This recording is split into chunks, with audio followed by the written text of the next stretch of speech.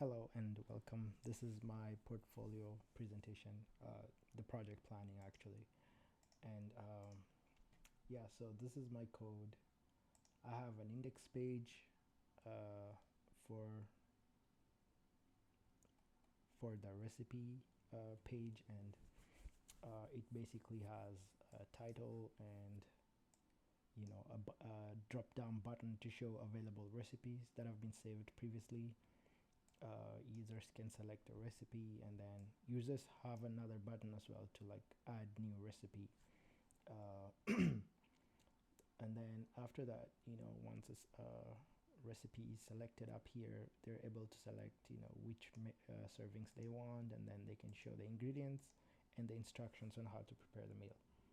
um, there's also an input page. Once they click on add recipe, it's gonna redirect them to this page where uh,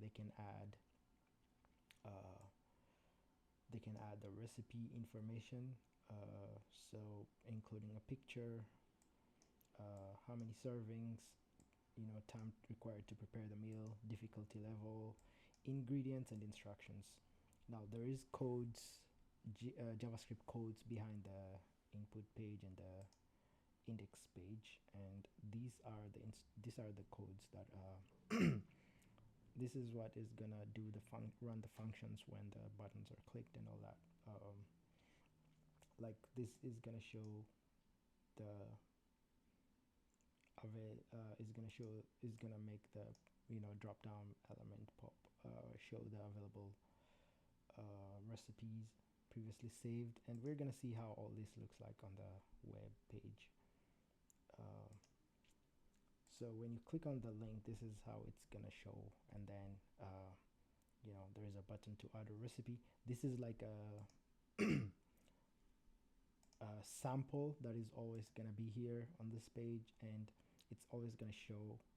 But when users add new recipe, they will have to click on that button and add all the information, add the ingredients.